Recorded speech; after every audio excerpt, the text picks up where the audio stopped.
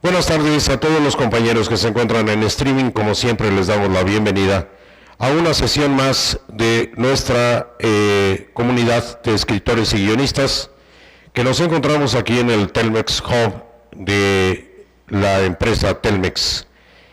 Estamos reunidos aquí, ya hay varios compañeros presentes y vamos a dar principio a nuestra sesión. El día de hoy tenemos bastante material que revisar y por lo tanto me voy a ir con cierta velocidad. Pero antes de iniciar y con las personas que están aquí presentes, yo quisiera hacer patente este fallecimiento que ustedes saben que tuvo lugar, por desgracia, el fin de semana pasado. Entonces, me voy a referir concretamente al fallecimiento de nuestro poeta José Emilio Pacheco. Por lo tanto, aunque no se estila actualmente y luego se considera una cosa que no es conveniente, porque se dice que los escritores deben ser recordados nada más por su obra, sí quisiera pedirles de favor que sean tan amables de ponerse de pie un momento.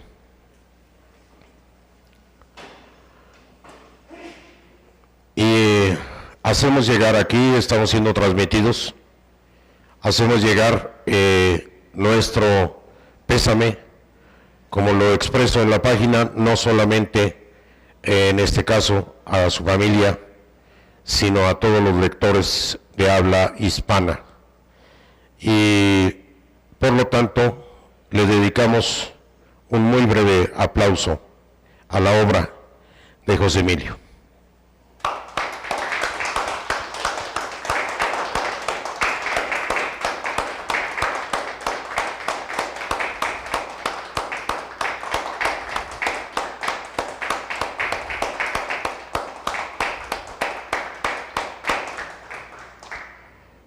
Muchas gracias.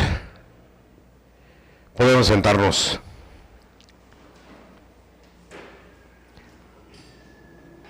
Los poetas son indispensables en los países,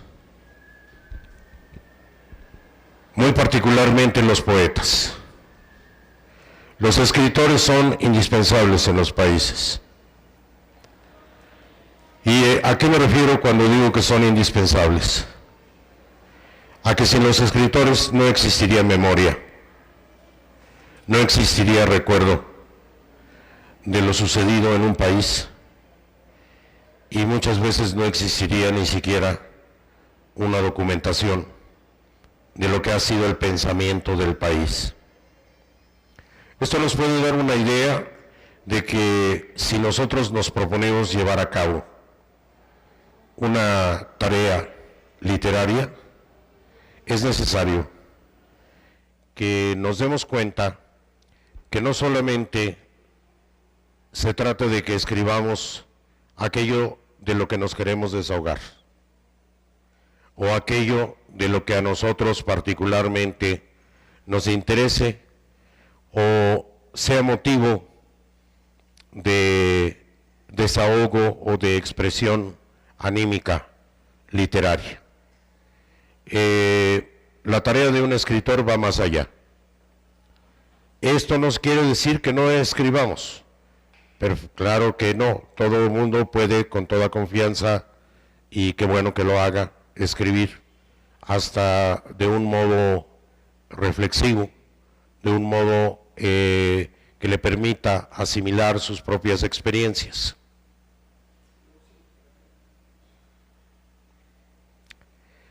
El asunto es que en lo primordial de la literatura no es el desahogo emocional. Lo primordial de la literatura es la articulación del pensamiento y la expresión, no solamente de nosotros individualmente, sino de un pueblo. de la sociedad a la que pertenecemos, de la ciudad a la que pertenecemos, del país, del continente y sobre todo, en particular, del continente idiomático. Un escritor expresa algo más que un continente en el que vive. No solamente expresa, como José Emilio Pacheco o el maestro Carlos Fuentes, no solamente expresa el continente geográfico que habitó, en este caso América, sino que América va de Alaska hasta la Patagonia, ¿verdad? Sino que expresaron un continente más, y es el continente del idioma.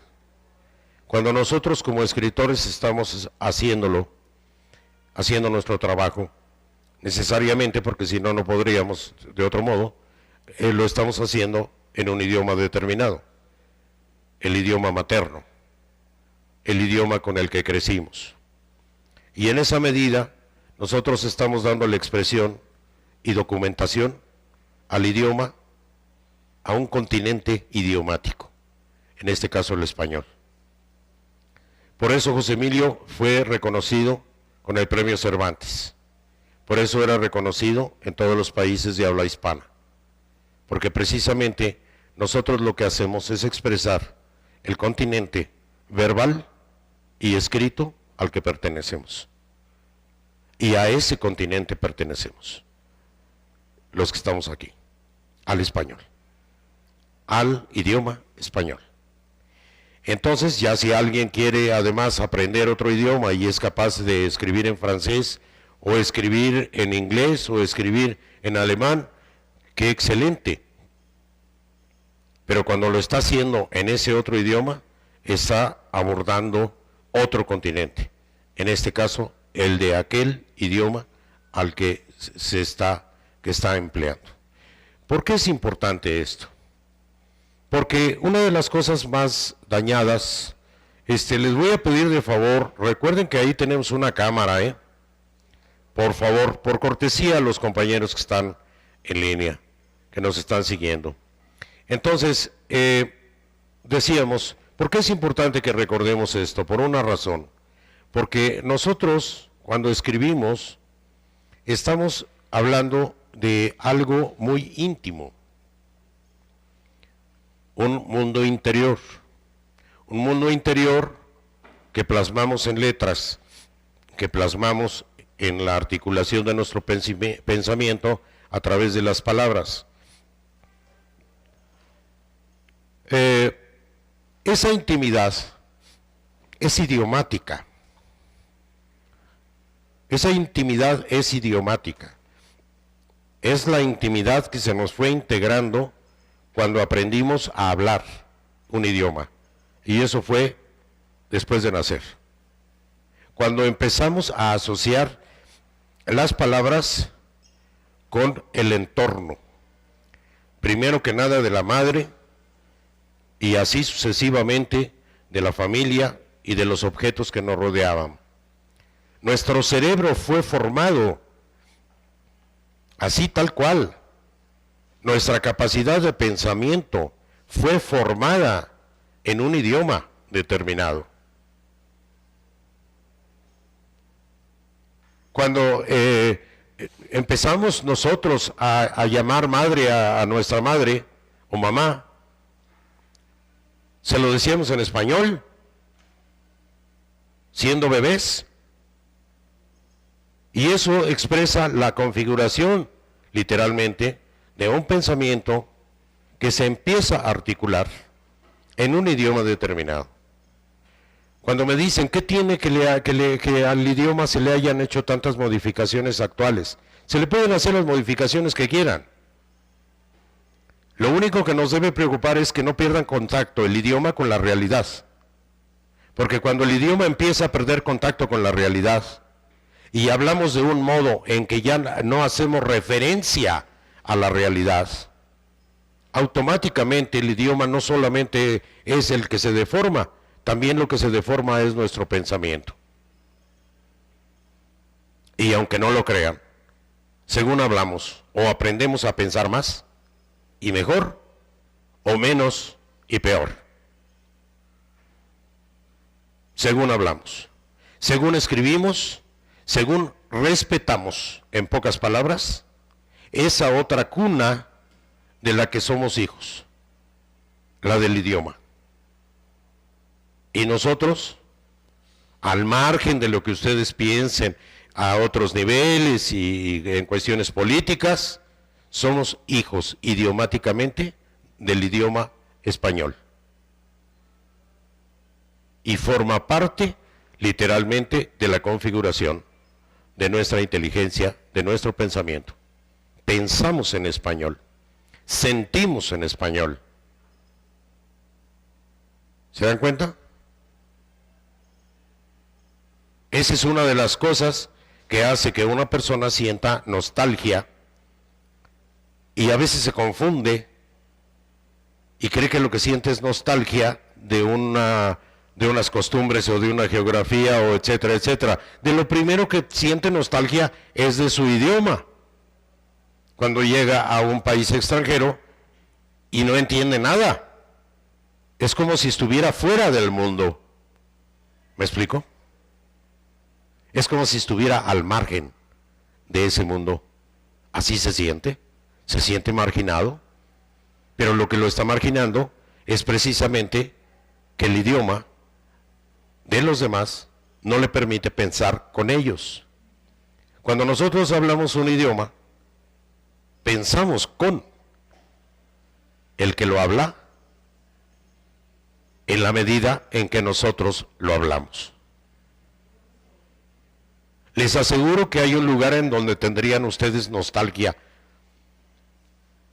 sentirían nostalgia sin haber salido de la República. Y es en medio de una tribu tzoltzil, tojolabal, o cualquier otra. Porque al no hablar su lengua, no tendrían ustedes modo de integrarse a su grupo, ni ellos tampoco de integrarlo, hasta que no aprendieran la lengua. ¿Se dan cuenta? Y una persona puede estar en medio de la selva, en una tribu, de las varias tribus que hay en la República, y sentir nostalgia de su casa, de su ciudad, curiosamente, de México. Este es un tema muy crítico, muy espinoso, pero dice como que se pregunta, ¿dónde estoy? ¿Correcto? ¿Sí lo podemos entender? ¿Lo podemos entender muy bien? Imagínense que de repente nuestra familia empezara a hablar otra lengua, otro idioma, distinto,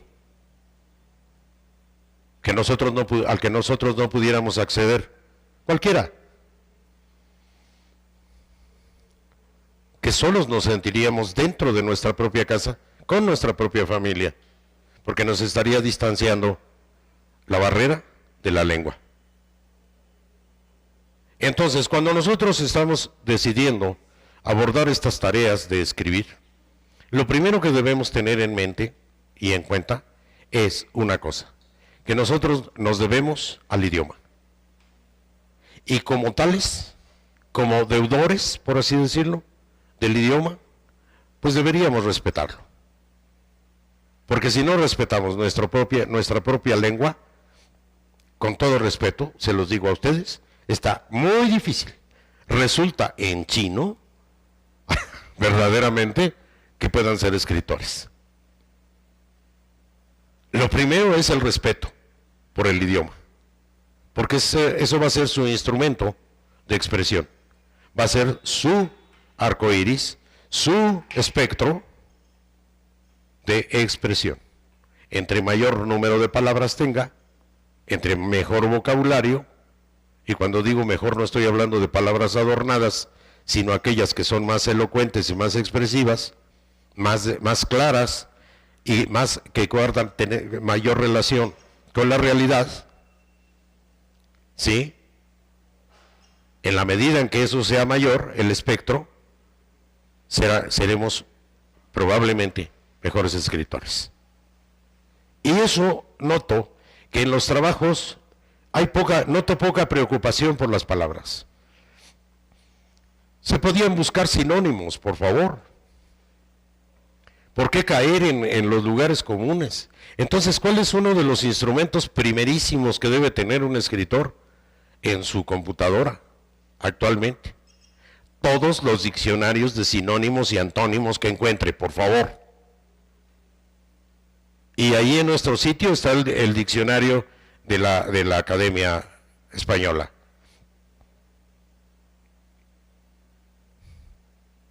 Porque sin eso, automáticamente se reducen sus herramientas, se reducen a un espectro muy corto. Y a lo mejor su idea es muy grande, pero le faltaron palabras para decirla, literalmente.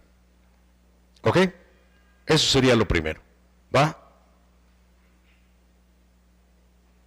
¿Sí? ¿Lo tenemos claro?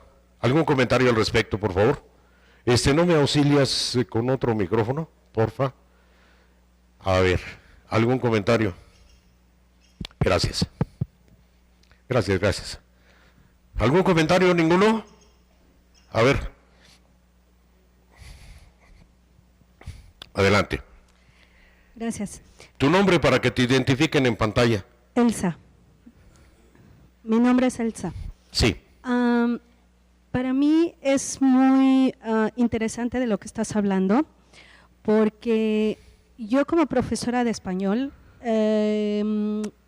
para extranjeros, fue muy interesante cuando regresé después de 8 años a México. Cuidado con la cámara, por favor. Si te agachas, puedes pasar.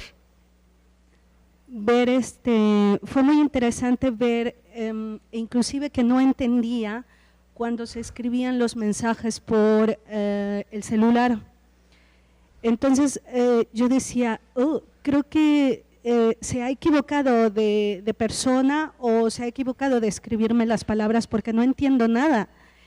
Y fue muy curioso porque yo dije, ¿cómo puede ser que yo como mexicana que he nacido aquí, regreso a mi país después de 8 años, y me doy cuenta que la lengua había tenido muchas modificaciones? Claro.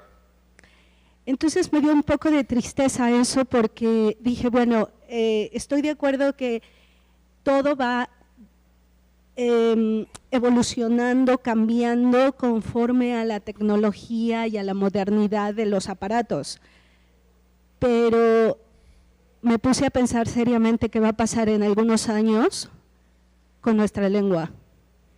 Muy buena pregunta. Yo les voy a comentar una cosa, por favor, para que vean ustedes la importancia de las palabras. Sean tan amables de no confundir cambio con evolución.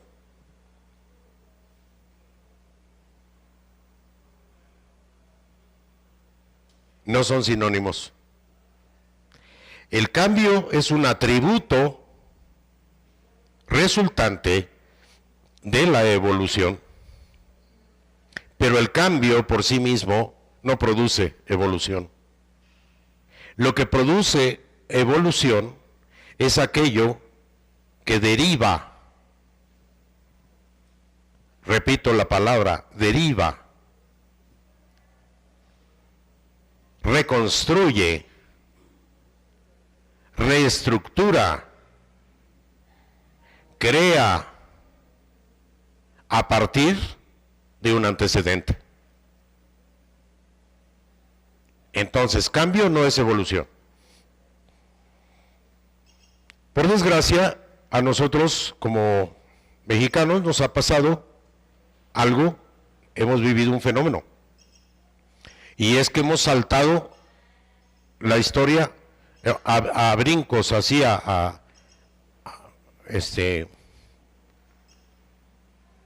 saltos, literalmente. ¿Por qué? Porque hemos pasado, sin haber pasado por el positivismo, por ejemplo, de repente ya estamos en otra etapa. Es como haber cursado la primaria, entrando a primero, luego brincar a tercero, luego a quinto, y de ahí a segundo de secundaria. ¿Cómo te parece? Pues lógicamente llegas a la secundaria a operaciones algebraicas y resulta que todavía no sabes ni multiplicar bien. Realmente no estás evolucionando, estás cambiando, nada más. Y en el caso del idioma, se confunde con modernidad el empobrecimiento. Y mucho ojo, porque eso no tiene nada que ver con la modernidad. Yo quisiera pedir de favor que alguien me defina el término modernidad, rápidamente. 3 personas. Va.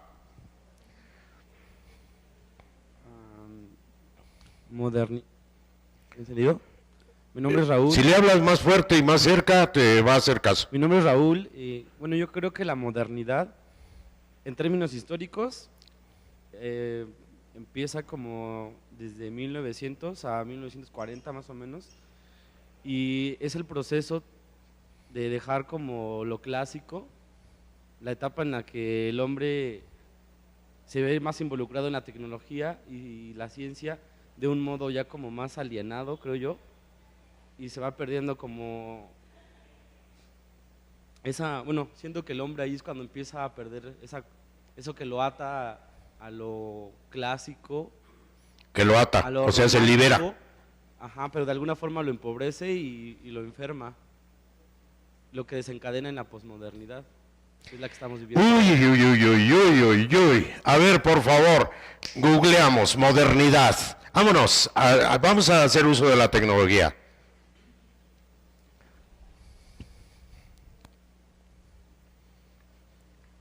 Allá también en línea, por favor. Modernidad. Vamos a empezar. Empecemos por ver cuándo empieza. La modernidad es una categoría de análisis que hace referencia a un proceso sociohistórico que tiene sus orígenes en Europa a partir de la emergencia de la Ilustración. El movimiento propone que cada ciudadano tenga sus metas según su propia voluntad. Ok, hasta ahí. Estamos hablando del siglo XVIII. Si estamos hablando de la Ilustración. Siglo XVII, XVIII. ¿De dónde me salen ahora con que la modernidad empezó en 1900? Y que empieza con la tecnología. ¿Ven ustedes lo que nos está pasando? Chequen lo que nos está pasando. Tenemos alienado el significado de modernidad.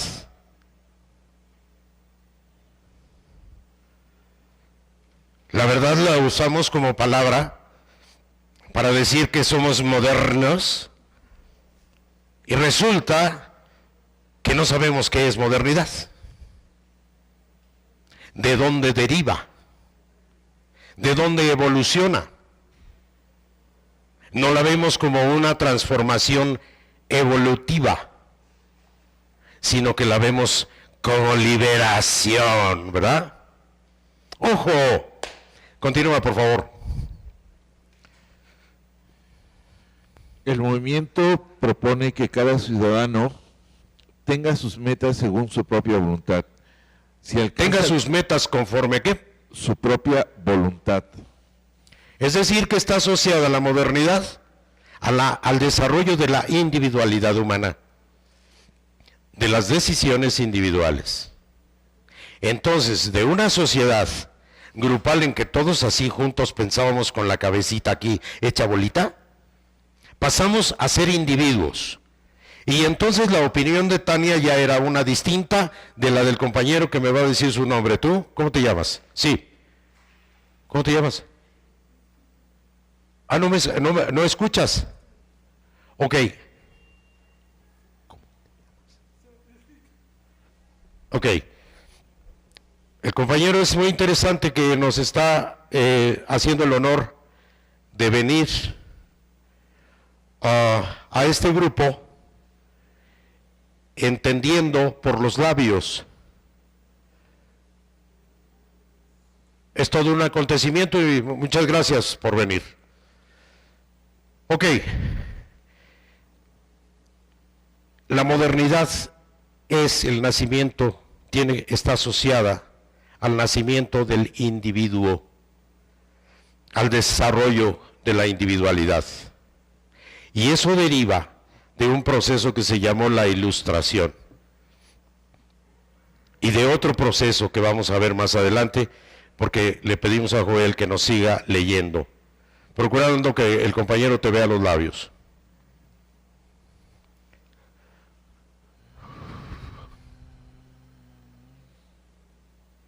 Se alcanza la meta de una manera lógica y racional, es decir, sistemáticamente se da un sentido a la vida. Por cuestiones de manejo político y de poder, se trata de imponer la lógica y la razón, negándose en la práctica los valores propuestos. Ok, quiere decir que la modernidad inició el desarrollo mental, racional, el uso racional. No inició el desarrollo mental. El desarrollo mental viene desde que aparece la especie humana. Pero sí la preponderancia de uso de la lógica, de lo racional. Entonces implica un desarrollo científico, ciencia. ¿De acuerdo? Vean ustedes a todo lo que estamos aprendiendo en este momento a partir de una opinión que de muy buena voluntad, tampoco es un regaño, ¿verdad? Pero por favor, somos escritores, nosotros no nos podemos permitir aventarme a decir las cosas así nomás, si no me documento. Para eso son las máquinas. ¿Dónde está tu máquina? ¿Por qué no pediste la tuya? Ok. Déjame ver. ¿Habría manera de arreglarlo, por favor? Porque necesita una máquina, pero no trae la credencial del lector. Sí, gracias. Ok, sigue, por favor. La modernidad es un proceso que principalmente antepone la razón sobre la religión. Se crean instituciones estatales que buscan ejercer control social mediante una constitución. Surgen nuevas clases sociales que permiten la prosperidad de cierto grupo poblacional y la marginación de otro. Se industrializa la producción para aumentar la productividad y su economía. Y, finalmente, es una etapa de actualización y cambio permanente. Vean ustedes la idea de modernidad. Está más completa, ¿no? A ver, ¿qué ocurrió ahorita entre lo que oímos que decía que era la modernidad y el momento en el que nos encontramos? ¿Tú qué descubriste? Tu nombre para que te ubiquen en cámara. Mi nombre es Tania.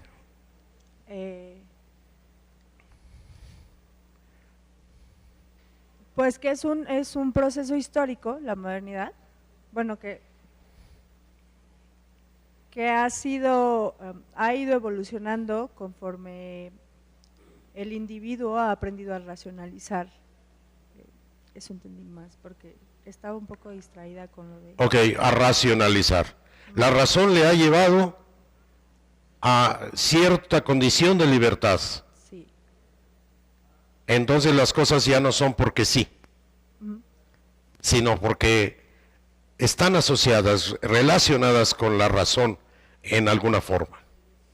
¿De acuerdo? De acuerdo. Sería por ahí la idea. Por ahí. Vean ustedes, cuando yo aquí oigo definiciones, las oigo de repente así como que las cosas son así porque sí, ¿verdad? Y como que tendríamos que pensar que eso no, de moderno no tiene nada. Ya nomás con que nos lleváramos eso, ya podríamos decir gracias, buenas tardes, perfecto, aprendimos algo. Ya nada más con que evitemos definir las cosas así porque sí, sin acompañarlas de una reflexión, sin acompañarlas de un raciocinio. Eso de moderno no tiene nada, porque niega el origen mismo de la modernidad, que es el uso de la razón. ¿De acuerdo? Vean lo que reflexionamos ahorita. ¿Por qué? Porque no me quedé en decir, en oír al compañero y decir, no, mira, estás equivocado. A ver, olvídalo. A otra cosa, y a ver tú qué dices que es la modernidad. Ah, pues si cada quien tiene su versión. Váyanse a su casa tranquilos, que hoy vimos que es modernidad. No. Nos metimos a racionalizar. ¿Dices que es eso? A ver.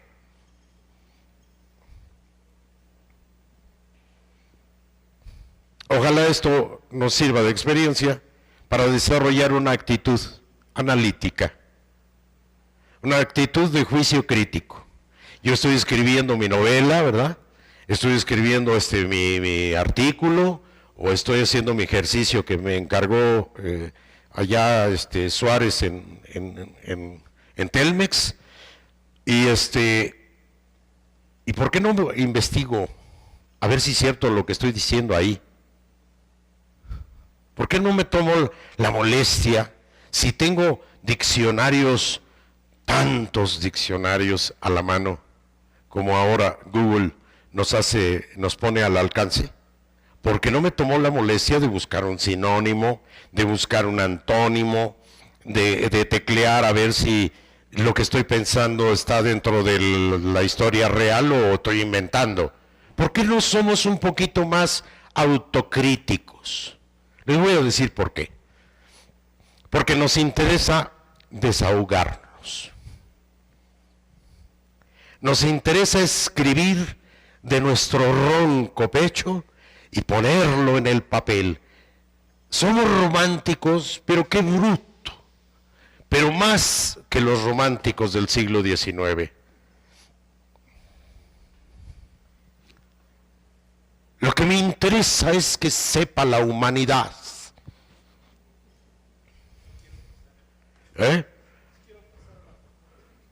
¿No quieres pasar qué? A ver. No pasar a la posmodernidad sin que sepan qué digo. No quiere pasar a la posmodernidad sin que se sepa lo que le pasó, ¿verdad? Bueno, ok, en una palabra nos interesa. Miren, ¿por qué no somos sinceros? Poquito, tantito. Somos narcisistas. Narciso mirándose en el espejo del agua y enamorándose de su imagen. Vivimos con nosotros y creemos que nuestro corazón se ha plasmado en la historia. Bueno, está bien. Digo, pues se vale, ¿no? Pero ¿por qué no también nuestro pensamiento? ¿Por qué no también nuestras preguntas? ¿Por qué no también nuestro análisis? ¿Por qué no también nuestro instinto de liberación que nos deja, que nos libera de ser objeto de la historia para convertirnos en sujeto? Y de eso de ese tema vamos a hablar ahorita. Sí. Adelante, por favor, pero micrófono en mano. Volviendo al comentario de Elsa acerca de los mensajes de celular, ¿qué tan perjudicial es para nosotros escribir como se acostumbra en los mensajes con la K de kilo, por ejemplo? Ay, miren, pues a veces me hacen preguntas, digo muchas gracias, ¿no? Por su confianza, me hacen preguntas como si yo tuviera todas las respuestas. ¿Pero tu opinión cuál es? Sí, mi opinión cuál es, en lo personal, no te voy a contestar tal cual, ¿no? Ya sabes que siempre contesto así. Yo no sé qué tan perjudicial pueda ser, pero de mal gusto, sí.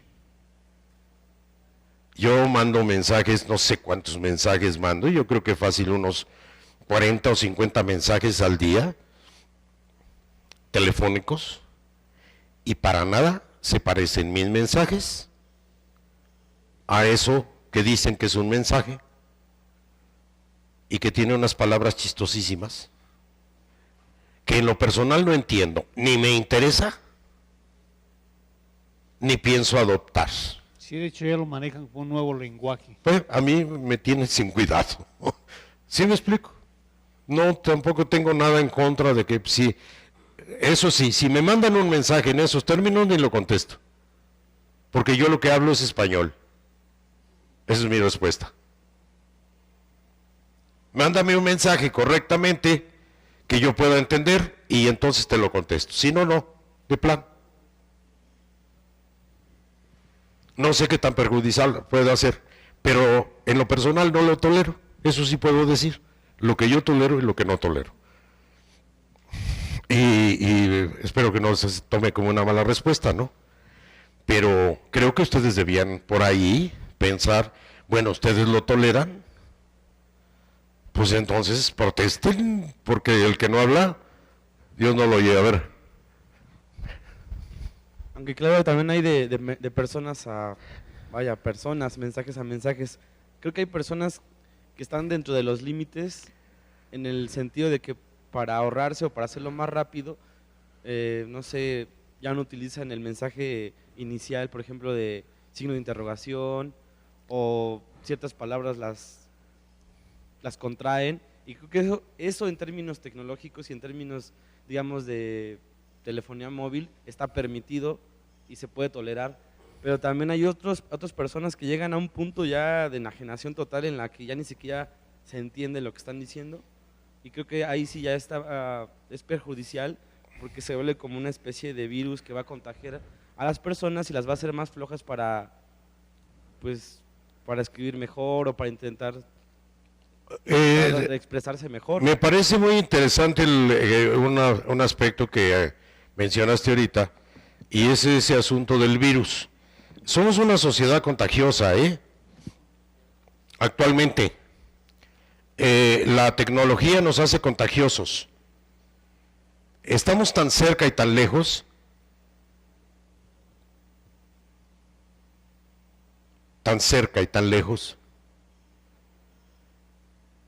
que de repente vivimos en una especie de promiscuidad intelectual. Eso se llama sobreinformación. Entonces padecemos una serie de infotoxinas. ¿Sí? Infotoxinas. Unidades de información tóxicas. Porque en primera ni las necesitamos. Yo no me, de mi parte, perdónenme, pero yo no me pienso enterar de lo que no me importa. De lo que no me interesa. Porque me parece una pérdida de tiempo. Y tengo muy poco. Entonces lo trato de administrar. Por lo tanto, de lo que no me interesa, va ahí.